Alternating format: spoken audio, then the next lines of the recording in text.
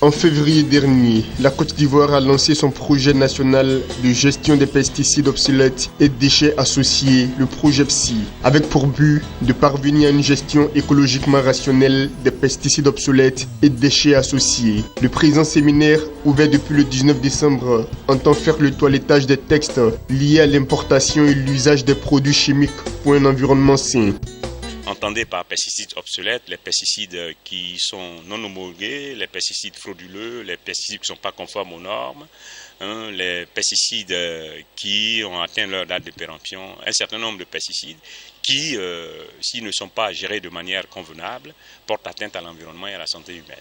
On est venu à cette concertation pour recueillir les avis sur les orientations que l'élaboration lors de la phase préparatoire, nous avons eu pour aller vers le renforcement du cadre réglementaire. Les acteurs nationaux et les parties prenantes dans la gestion des pesticides en Côte d'Ivoire se sont mobilisés pour proposer de nouveaux instruments réglementaires, soit modifier ou mettre à jour les règlements et les lois en vigueur. Nous, la profession phytosanitaire, nous sommes particulièrement intéressés par ce projet à double titre, parce que nous ne voulons pas qu'il y ait des produits frauduleux sur le marché, ce qui entrave considérablement nos affaires.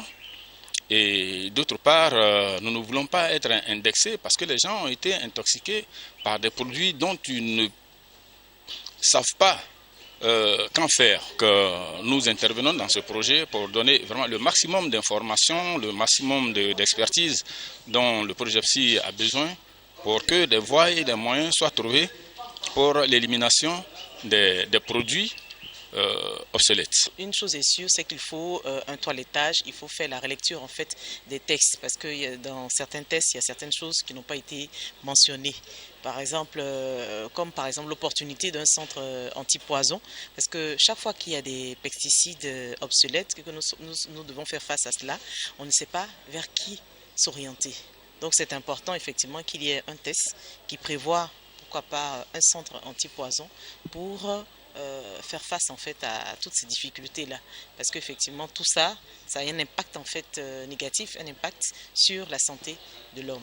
Nous on a remarqué aujourd'hui que ces pesticides qui sont transportés en Côte d'Ivoire ne respectent pas la méthodologie.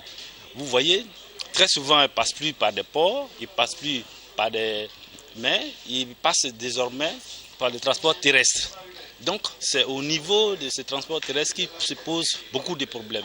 Donc nous allons faire mains et pieds pour qu'il y ait des comités dans les régions pour que ces pesticides-là ne se traînent plus à longueur de jour et à longueur bien partout en Côte d'Ivoire.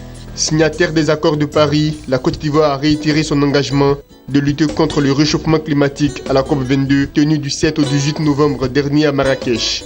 Cette initiative s'inscrit donc au nombre des actions à mener pour un monde plus écolo.